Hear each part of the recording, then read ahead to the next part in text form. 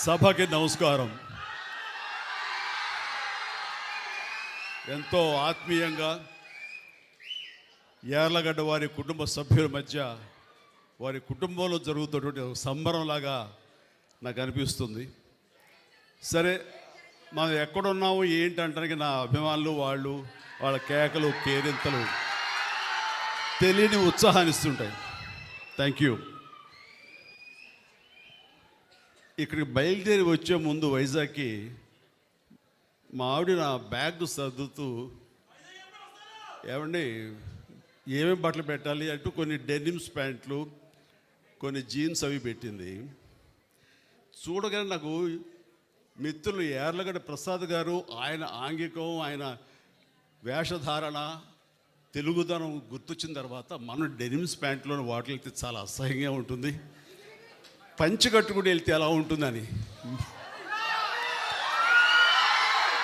మీరా పంచా ఎప్పుడు కట్టలేదు కదా అంటే నిజమే. నేను ఎప్పుడు ఇలా పంచి కట్టుకుని ఏదో ఇంట్లో కూర్చొని పూజ చేసుకుంటున్నానేమో కానీ ఇలా బయట సభలకు వచ్చి ఇట్లా మాస్ పబ్లిక్ ముందు ఎప్పుడు నిలబడలేదు. కానీ జాగ్రత్త అంటే ఎప్పుడైనా అలవాటు లేక తడబడి కాలు జారుతారేమో అంది. కాలు జారటమా ఏంటి భాష నాను తడబడి పడతారేమోనని. పర్లేదు ఎవరో పక్కన ఉంటే పట్టుకుంటాను అన్నాను. సరే అయితే ఆ రకంగా ఈ రోజున ఇది వేసుకుని వచ్చాను. వచ్చిన దగ్గర నుంచి చిన్న టెన్షను, వెనక ఏదో కొంచెం లూజ్ అయినట్టుంది నాకు,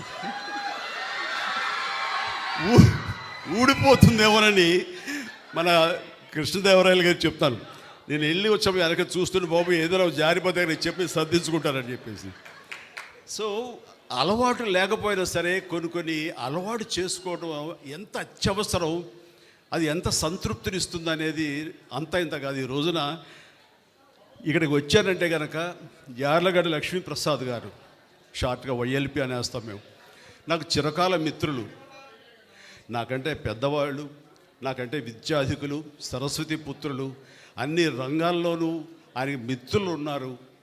ఆయనకు విశేషమైనటువంటి ప్రజాభిమానం ఉంది. ప్రపంచవ్యాప్తంగా తెలుగు వాళ్ళు ఎక్కడికి వెళ్ళినా సరే వైఎల్పి గారిని చూసి అభిమానించిన వాళ్ళు, ఆయన చూసి ఆకట్టుకునే వాళ్ళు ఎవ్వరూ ఉండరు. అలాంటి అత్యద్భుతమైనటువంటి పర్సనాలిటీ ఆయన. సాహిత్యపరంగా కానివ్వండి, రాజకీయంగా కానివ్వండి, ఏ రకంగా చూసుకున్నా సరే ఆయన ప్రేమతో కానివ్వండి అందరినీ ఆకట్టుకునేంత గొప్ప మనస్తత్వం అయింది. అలాంటి వాడు మా ఇంటికి వచ్చి రావాలి, మా లోక్ నాయక్ ఫౌండేషన్ తరపున మాకు అత్యంత ప్రియమైనటువంటి గురువు కానివ్వండి, పూజ్యులు కానివ్వండి, మీరు ఏమని అనుకోండి, అలాంటి ఎన్టీ రామారావు గారి 28వ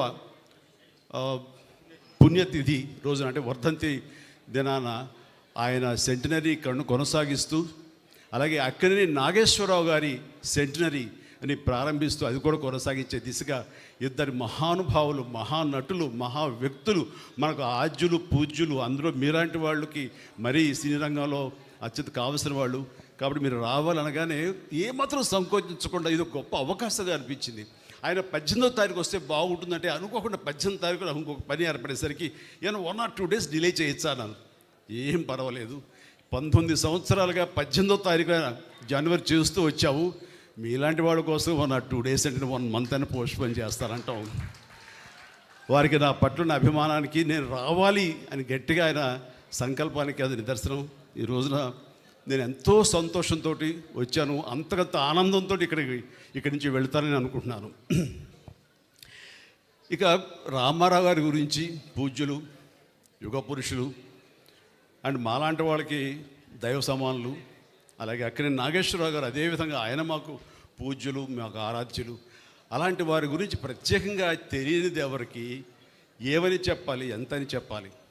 కానీ వారిద్దరితోటి ఇందాక క్లిప్పింగ్స్ చూస్తుంటే నా దృష్టిలో లేవు, అంటే కలిసి పనిచేశాను అని అనుకున్నాను తప్ప అవి విజువల్స్ చూసిన తర్వాత నేను ఎంత అదృష్టవంతుడిని. నేను ఈ సమకాలీన సినిమాల్లో కూడా ఉంటూ వారితో పాటు వాళ్ళు హీరోగా ఉన్నప్పుడు నేను తోటి హీరోగానో చిన్న నటుడుగానో నేను నా యొక్క ప్రస్తావన, నా ప్రయాణాన్ని కొనసాగించాను వారితో ఉన్న ఆ కొద్ది స్పేస్ సినిమాలో నేను తీసుకోవటం అనేది నాకు పూర్వజన్మ సుకృతంగా నటుడుగా నాకు అనిపిస్తుంటుంది. చాలా గొప్ప అవకాశం. ఆ సమయంలో నాకు వాళ్ళతో జరిగే సంభాషణలు మాత్రం షేర్ చేసుకుంటాను. ఇవి ఇంతవరకు ఎప్పుడు బయటికి రాలేదు కాబట్టి కొంచెం వినడానికి బాగానే ఉంటుంది. లేదంటారా, వారిద్దరూ సమంగా ఒకేసారి వచ్చారు ఈ ఫిల్మ్ ఇండస్ట్రీకి. నాగేశ్వరరావు గారు 1 or 2 years ముందు వచ్చి ఉంటే, ఆ తర్వాత రామారావు గారు వచ్చారు. నాగేశ్వరరావు గారు పౌరాణిక చిత్రాల ద్వారా ఆయన డెబ్యూ ఫిలిమ్స్ ప్రవేశిస్తే సినిమాల్లోకి, ఈయన మన దేశం అని మన రామారావు గారు సాంఘికంలో ఈయన సినిమాల్లో ప్రారంభించారు. అయితే ఆ తదనంతరం within no time Rama Rao garu పౌరాణిక జానపద చిత్రాల్లో ఆయన ఒక బ్రాండ్ అంబాసిడర్ అయితే, ఇక నాగేశ్వరరావు గారు సాంఘికంలో ఇక ఎదురులేని తిరుగులేని నాయకుడు ఆయన అయ్యారు. అలాగా ఆదరణ ప్రకారం, ప్రేక్షక ఆదరణ ప్రకారం వాళ్ళ యొక్క గమ్యాల్ని మార్చుకుంటూ, వాళ్ళ ఆదరణ ఏ సినిమాల్లో ఏ కథల్లో ఉంటుందో ఆ రకంగా వాళ్ళు కొనసాగిస్తూ ఈ రోజున పరిశ్రమకి ఇద్దరు 2 నేత్రాలు, 2 కళ్ళు అని అనిపించుకుంటున్నారు. మాలాంటి వాళ్ళు ఇంకా ఆరాధనాపూర్వకంగా చూస్తున్నామంటే అది మన తెలుగు కళామ తల్లి చేసుకున్న పుణ్యం. అలాంటి బిడ్డల్ని కనటం, వారి తరపున తరువాత వారితో నటించడం అన్నది నాకు కలిగిన ఒక భాగ్యం. అది రామారావు గారితో నేను చేసిన సినిమా ఎదురులేని మనిషి, తిరుగులేని మనిషి. ఇందాక సినిమా చూసాం, చిన్న బిట్టు చూసినప్పుడు అందులో ఒక టేబుల్ ఉంటుంది, డైనింగ్ టేబుల్ మీద ఇద్దరు కలిపి ఫైట్ చేస్తూ విలన్స్ ఇద్దరం కొడుతూ అక్కడి నుంచి దూకాలి. 3 అడుగులే కదా అనే ఉద్దేశంతో ఆయన చేయించి పెట్టి ఇద్దరు కలిపి జంప్ చేసి దూకాలి. నేను దూకేశాను. ఆయన ఆగిపోయా, బ్రదర్ ఏమది అన్న, ఏంటి సార్ అన్న, అలా దూకేస్తే అట్లాగా అన్ని డూపులు చేసుకుంటారు, మనం అలా ఊపిస్తే సరిపోతున్నాను. నాకు ఎవరు చెప్పలేదండి. దూకిస్తేనాను 3 అడుగులే కదా అని దూకానన్నాను. లేదు బ్రదర్, ఆర్టిస్ట్ చాలా విలువైన జీవితం. అనుకోకుండా ఏదైనా సంభవిస్తే కనుక, ఏదైనా జరగకుండా జరిగితే టోటల్గా సినిమా ఎంత నష్టపోతారో, ఫైనాన్షియల్ కానివ్వండి, టైం కానివ్వండి, తోటి వాళ్ళ నటినట్లు వాళ్ళ సమయం కానివ్వండి, ఎప్పుడు జాగ్రత్తగా ఉండాలి. సినిమాలో ఏది కనపడదు, మనం చేసామని అనుకుంటారు అని చెప్పినప్పుడు కరెక్టే, కానీ చేయాలని ఉత్సాహం ఉంది, అన్నీ ఒరిజినల్గా చేసేయాలని తాపత్రయం ఉంది, ఆ కుర్రతనంలో ఓకే అని అనుకున్నాను. కానీ అదే 1 year తర్వాత సంఘర్షణ అనే సినిమా చేస్తూ సరిగ్గా 3 అడుగుల ఒక పొలం గట్టు మీద నుంచి విలన్ని తన్నేలాగా నేను ఎక్కి జంప్ చేసి తన్నాను. సరిగ్గా ల్యాండ్ అయ్యాను కిందకి, కాలు మడతపడింది. దాంతో 6 నెలల పాటు షూటింగ్ చేయలే నేను. ఆ తర్వాత లండన్ వెళ్ళాం, లివర్పూల్, అక్కడ మినస్కా స్టేర్ అయిందన్నారు, దానికి ఆపరేషన్ జరిగింది. సో ఎంత నష్టమైందంటే అంత ఇంత కాదు. అందుకని పెద్దలు ఎంత ఆలోచించి చెప్తారంటే, అది మన గురించి మన ఆరోగ్యం ఒక పక్కన పెడితే ఎంతోమంది మన మీద ఆధారపడి ఉంటారు, వాళ్ళందరి యొక్క బాగోగులు దృష్టిలో పెట్టుకుని ఆలోచిస్తారు. అది వాళ్ళ గొప్పతనం. ఆ తర్వాత ఆయనతో కూర్చున్నప్పుడు మామూలుగా ఈవినింగ్ అయ్యేసరికి బజ్జీలు గిజ్జీలు వచ్చేస్తాయి, ఇంత బాసుమతి ఇది వస్తుంది ఇది. ఆ టైంలో ఆయన 2 బ్రదర్ కూర్చోన్నారు, భయంగానే కూర్చుంటాం కదా ఆయన పక్కన. ఆయన ఒక బజ్జీ ఇచ్చారు, తీసుకున్నాను. తిందామంటే ఎక్కడ తినలేము. ఆ సమయం ఆయన ఒక మాట అన్నారు, బ్రదర్ మీరు బాగా అభివృద్ధిలోకి వస్తున్నారు, ఈ సంపాదించిన సంపద అంతా ఇనప మొక్కల మీద పెట్టద్దు, ఏదైనా మంచి హౌస్ కట్టుకోండి, ఆ తర్వాత స్థలాల మీద పెట్టండి, మనల్ని కాపాడేది అదే. మనం ఎక్కువ కాలం ఇక్కడ ఇలాగే ఉంటాము, ఇదే సూపర్ స్టార్ డంతో ఉంటాము, ఇది శాశ్వతం అని మాత్రం అనుకోకండి అని ఎంతో జ్ఞానంతో, ఎంతో జాగ్రత్తతోటి, ముందస్తు చూపుతోటి ఆయన ఇచ్చిన సలహా అంతా ఇంత కాదు. అప్పటిదాకా మంచి కారు కొనుక్కుందామా, ఇందాక మన కృష్ణదేవరాయ చెప్పినట్లుగా అప్పట్లో టయోటా సెరా అని చెప్పేసి తలుపులు పైకి తెరుచుకుంటాయి విన్ టాప్ లాగా, అది చాలా ఫ్యాన్సీ. అలాంటి కార్లు కొనుక్కుందామా, టయోటా కార్లు కొనుక్కుందామని ఇలా ఉండి అనుకుని నేను ఇంకా అది ఆపేసి అక్కడక్కడ స్థలాలు కొనడం మొదలుపెట్టాను. ఈ రోజున నా రెమ్యునరేషన్ కంటే కూడా ఆ స్థలాలే నన్ను నా ఫ్యామిలీని కాపాడుతున్నాయి. అలాంటి గొప్ప సలహాలు ఇచ్చినటువంటి మహానుభావులు దూరదృష్టితో. ఇక నాగేశ్వరరావు గారితో కూడా నేను చేసినప్పుడు మెకానిక్ అల్లుడు, ఆ సినిమాలు చేసినప్పుడు ఆయన ఎంత సరదాగా ఉండేవారంటే, ఆయనతోటి సహా ఈయనతోటి కూర్చుని తినమన్నా తినలేని చిన్న టెన్షన్ ఉండేది. ఆయన అలా కాదు, చాలా ఫ్రెండ్లీగా ఉండేవారు. అంటే ఈవినింగ్ అయ్యేసరికి ఇంటికి రా చిరంజీవి మనం కూర్చుందాం అనేవారు. ఆయనకి కోనియాక్ అంటే చాలా ఇష్టం. అది నేను ఫారిన్ వెళ్ళినప్పుడు ఎక్కడి నుంచి మంచి బాటిల్ కనబడితే ఎక్స్పెన్సివ్ కోనియాక్ ఆయన కోసం తీసుకొచ్చి గిఫ్ట్గా ఇచ్చేవాడిని.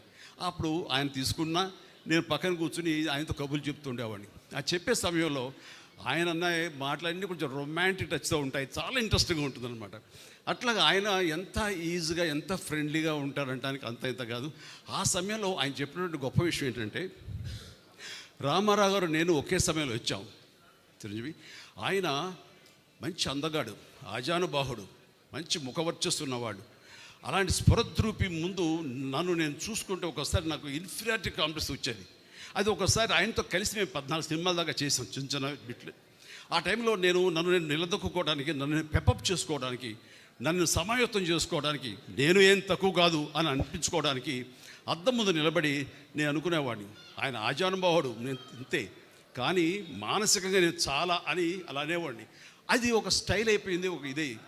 అలాగే నాకు ఈ కన్ను కొంచెం డ్రూప్ అవుతుండే, కొంచెం ఇలా దాన్ని కాదు అనిపించుకొని ఇలా పైకి లేపేవాడిని. అది నాగేశ్వరరావు స్టైల్ అయింది. అంటూ ఆయనలో ఉండే బలహీనతను గుర్తించి అవి తనకు అడ్వాంటేజ్గా మార్చుకుని, అది ఆ స్టైల్, ఆయన నాగేశ్వరరావు గారి స్టైల్ అంటూ ఆయన ఎగ్జిబిట్ చేశారంటే కనుక ప్రతి ఒక్కరికి వాళ్ళ బలాలు తెలియకపోవచ్చు, కానీ బలహీనతలు తెలిసి ఆ బలహీనతని బలాలుగా మార్చుకోవడం అనేది మాత్రం గొప్ప విషయం. అది నాకు అక్కడే నాగేశ్వరరావు నేను తెలుసుకున్నాను. ఇట్లా ఎన్నో. ఆయన గంభీరమైన వాయిస్ ఉంటుంది, నాది కొంచెం పిల్లగా ఉంటుంది. దానికి తక్కువగా అంటానుకో ఏ అని బేసు కలిపి మాట్లాడేవాడిని, జనాలకు బ్రహ్మాండంగా ఉండేది. అని అట్లాగా ఆయన నుంచి బలహీనత లేనట్టు ఆ యాక్టర్ ఎవరు లేరు. నాలో ఇన్ని బలహీనతలు ఉంటాయి, బట్ యాక్టింగ్ సైజ్ దాంట్లన్నీ ఎలా అధిగమించాలంటే దాంట్లో నిరంతరం ఒక ఎక్సర్సైజ్ చేస్తుంటూ మనం ఎలాగా ఎవాల్వ్ అవ్వాలి, మనం ఎట్లాగా మనం అభిమానం సంపాదించుకోవాలి అనే దాని నిరంతరం మనం ప్రయత్నిస్తే కనుక పైకి రానటువంటి వ్యక్తే ఉండరు. అందుకని మన బలాల కంటే కూడా మన బలహీనతను గుర్తించడం అనేది అత్యంత ఆవశ్యకత, అది అత్యంత అవసరం. దాన్ని ఎలా అధిగమించాలన్నది ఆ తర్వాత ప్రక్రియ.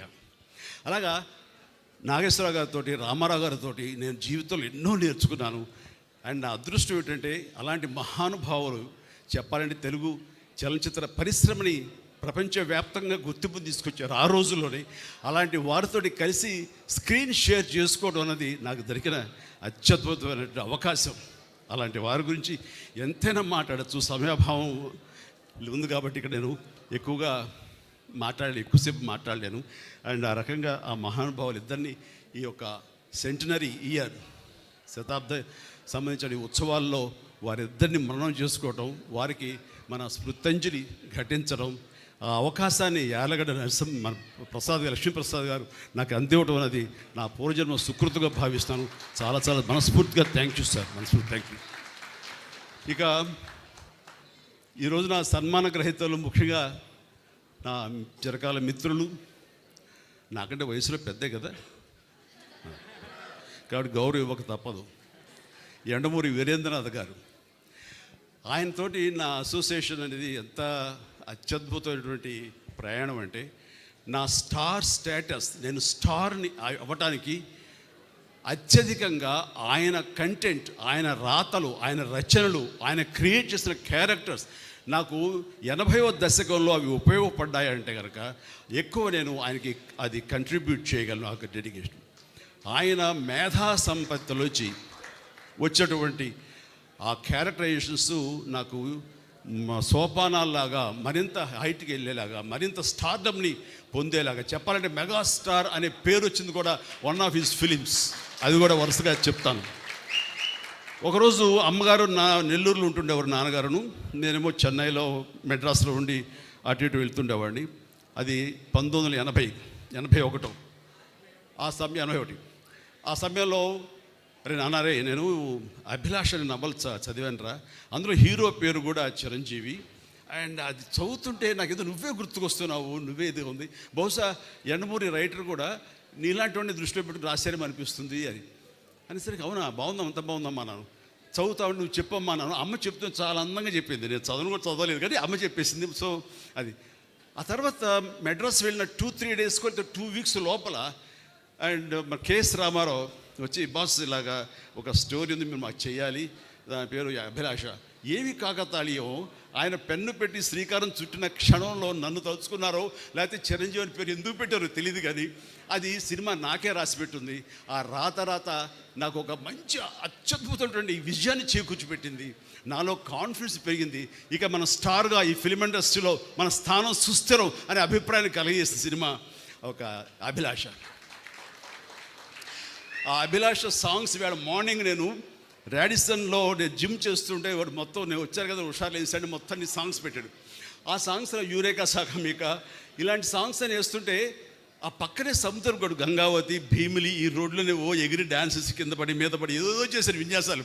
అవన్నీ గుర్తుకొస్తుంటే what a sweet memory. Morning 5:30, 6 o'clockకి వండర్ఫుల్ మెమరీస్ తోటి ఈ రోజునే వచ్చాను. అదంతా కూడాను కెఎస్ రామారావు గారు, యనమూరి వీరేంద్రనాథ్ గారు, మన కోదండరామరెడ్డి గారు, వీళ్ళందరి యొక్క ఇళయరాజా గారు ముఖ్యంగా వీళ్ళందరి యొక్క కాంబినేషన్లో నాకు అందించేటువంటి గొప్ప ఇది. ఆ తర్వాత వచ్చే సినిమా ఛాలెంజ్, డబ్బు టు ది పవర్ ఆఫ్ డబ్బు.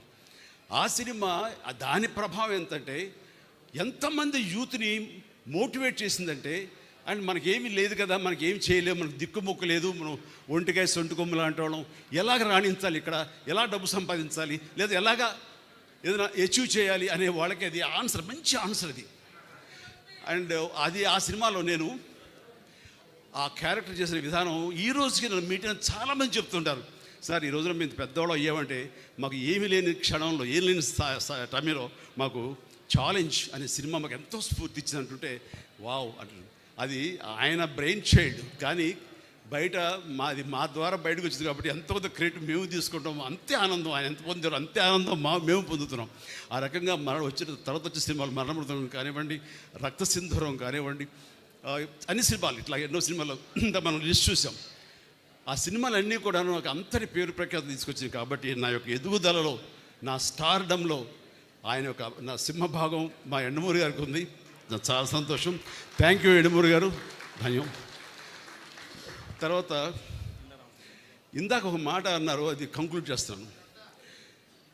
నీ ఆటోబయోగ్రఫీ ఎవరు రాస్తున్నారని. ఆటోబయోగ్రఫీ అంటే నేనే కదా రాసేది అనుకున్నాను. నువ్వు ఎక్కడ టైం ఉంటుంది లేదు, నీవు చెప్పు, మేము ఎవరు రాసుకుంటాం, నీకేమైనా ఇంట్రెస్ట్ ఉందా, ఖచ్చితంగా చెప్తే రాస్తాను. నిజంగా యండమూరి లాంటి గొప్ప స్టార్ రైటర్ ఎవరు అన్నా ఒప్పుకోకుండా ఉండదనుకోండి, ఎవరు ఒప్పుకు తీరాల్సిందే. ఒకే ఒక స్టార్ రైటర్ ఎవరైనా తెలుగులో ఉన్నారంటే అది యండమూరి వీరేంద్రనాథ్ గారు. అలాంటి గొప్ప కలం, బలం, మేధస్సు ఉన్నటువంటి యండమూరి వీరేంద్రనాథ్ ఈ రోజున నా ఆటోబయోగ్రఫీ రాస్తాను అన్న మాట అనడమే నాకు ఎంతో ఉత్సాహాన్ని ఇచ్చింది. అందుకని ఇది ఎలాంటి అత్యద్భుతమైనటువంటి వేదిక. అండ్ మా వైఎల్పి గారి సమక్షంలో ఇది జరిగి తీరుతుంది. ఆల్రెడీ ప్రాసెస్లో ఉందన్నాను కానీ దానికి కన్సాలిడేట్గా కాంక్రీట్గా లేదు. అండ్ యండమూరి గారు అన్నారు, మీ మాట చొప్పున అనేస్తున్నాను, ఇట్స్ ఎ కమిట్మెంట్ పబ్లిక్లో. Done. Thank you very much. Right. ఇక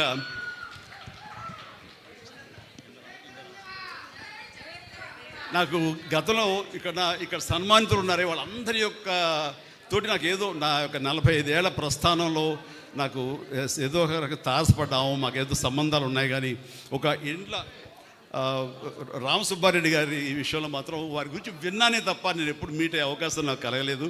అండ్ వారి గొప్ప మానసిక శాస్త్రవేత్తలు, డాక్టర్ అని విన్నాను. అండ్ నాకు ఇంట్రెస్ట్ అయిన సబ్జెక్టు మానసిక శాస్త్రం అండి. అండ్ నేను దానివల్ల ఎప్పుడు దాన్ని ఆలోచించుకుంటూనే ఉంటాను. నాకు గురువులు ఎవరు లేరండి, కానీ మీలాంటి వాళ్ళ రైటప్స్ కానివ్వండి, మీలాంటి వాళ్ళ మాటలు కానివ్వండి, ఇవన్నీ యూట్యూబ్లో అక్కడే వినటం, లేకపోతే ఇలాంటి పెద్దలు చెప్పినప్పుడు వినటం, ఇదంతా కలిపి నాలో ఒక లెసన్స్ లాగా ఒక మార్పును తీసుకొచ్చినాయి. అందుకు ఆ రకంగా పరోక్షంగా మీరు నాకు ఎన్నో కరెక్షన్స్ చేశారు. ఇందాక మీరు అంటున్నట్లుగా ఈ రోజున ఈ యొక్క మనం వెళ్ళే ఈ స్పీడ్ యుగంలో మనకి ఎన్నో మానసిక రుగ్మతలు లోనైపోతుంటాం. అది బాడీకే కాదు, మనసు కూడా రోగం వస్తుందని మీరు అన్న మాట అది అక్షర సత్యం. మళ్ళీ నిర్వీర్యం చేస్తుంది. ఒక్కోసారి లేవగానే అన్నీ బాగున్నాయి కదా, సినిమా సూపర్ హిట్ అయింది, ఇంట్లో బాగున్నారు, డబ్బులు బాగున్నాయి, బ్యాంక్ బ్యాలెన్స్ దండిగా ఉంది, ఏదో తెలియని ఒక న్యూన్యతా భావం, తెలియని ఒక లోన్లీనెస్. ఎందుకంటే చెప్పలేవు. అది ప్రతి ఒక్కడు ఏదోలే అని మర్చిపోయి వెళ్తుంటారు. కానీ మీలాంటి వాళ్ళు సంప్రదిస్తే కనుక దానికి అత్యద్భుతమైన చిన్న చిట్కాలతోటో చిన్న చిన్న మాత్రలతో మీరు దాన్ని మాయం చేయగలరు.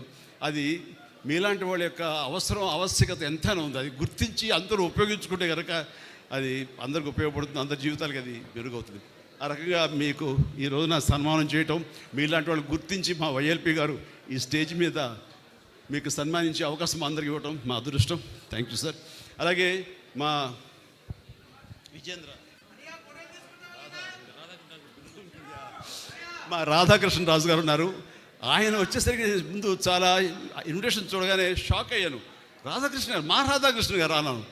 తెలుసా అన్నారు. తెలియటండి, చాలా బాగా తెలుసు. ఆయన నా సినిమాలు బిగిన్ నుంచి కూడా మీరు డిస్ట్రిబ్యూట్ చేశారు. ఎప్పుడు మేము బెంగళూరు వచ్చినా సరే మీరు రిసీవ్ చేసుకుంటుండేవాళ్ళు. అలాంటి మీరు ఈ మధ్య సంవత్సరాల్లో కొంచెం దూరం అయ్యాం. అండ్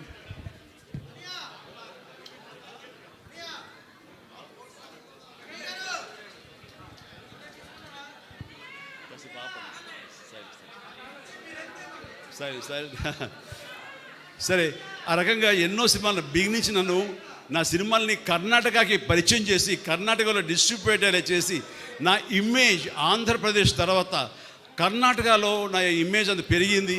రాజకుమార్ గారు లాంటి ఆయన నన్ను పిలిచి, ఏమయ్యా మీ సినిమా హుబ్లీలో ఇంత అత్యద్భుతంగా ఆడుతుంది, హుబ్లీ అనేది హార్డ్ కోర్ కర్ణాటక బెల్ట్, అలాంటి హుబ్లీలో నీ సినిమా దొంగ మూడు మన ఘరణ మూడు ఇవే ఆడుతున్నాయి, రికార్డ్ బ్రేక్ చేసి అంటే కనుక అది చాలా గ్రేట్ అంటూ మిమ్మల్ని ఓన్ చేసుకుంటారు మా కన్నడిగులు అంటుంటే కనుక దానికి అవకాశం ఇచ్చింది, దానికి నాంది పలికింది మీరు రాధాకృష్ణరాజు గారు. Thank you so much. ఈరోజు మేము రావటం, మీరు కలవటం చాలా ఆనందంగా ఉంది. ఇక మన నెల్సన్ గారా, Wilson Sudhakar. So Wilson Sudhakar గారు కూడా కలిసాను. ఆయనతో కూడా నాకు పరిచయం ఉందన్న విషయం ఆయన చెప్పేంత నాకు తెలియలేదు.